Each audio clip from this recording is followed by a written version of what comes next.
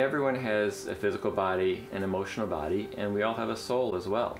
And I think that in modern psychology, people have forgotten that. And I think what's happening during David's meditations is people are actually having these spiritual experiences that involves their soul coming to new levels of awareness. I really do believe that the music itself, his channeling it, his being the guide, so to speak, really does help people to open up a spiritual self so that we can connect to the higher consciousness.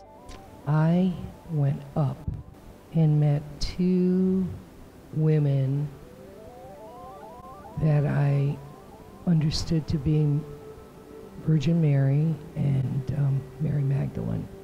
We just see over and over at these events people having a profound sense of inner peace, having a profound sense of centeredness and hope for the future. Probably 80% of the time people walk out of there feeling just very elevated, uplifted. My only child passed 4.5 years ago, and I have felt my heart really heavy. And I felt like Sean was coming back, and wasn't in a physical form, but just saying, "Mom, you gotta let this grief go because you're keeping me down here, and I want to ascend." As the music went, I could feel him ascending, and my heart feels better, it feels lighter.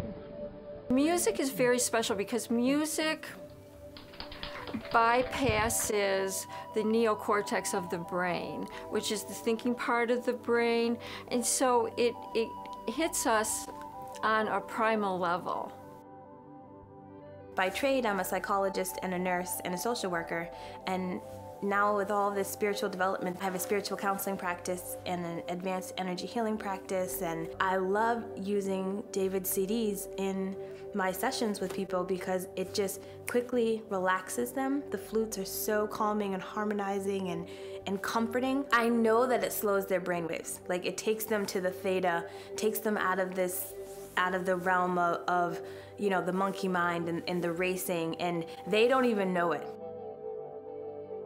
I could feel the notes in my body. His music actually has a power in it that is able to, like, enter into your body and create a change, an opening for greater good. I wanted to see my grandmother and my auntie, and I did. Yeshua and Magdalene and Mother Mary were there. Jesus and Mother Mary were there for me as well, which is kind of cool. But they were really just there to introduce me to my high school friends that have died. I had ascended masters that came down and they were around me. And Archangel Michael came in first, and Raphael, Uriel, Gabriel. I had a complete conversation with Mahatma Gandhi. A good friend of mine that killed himself came through.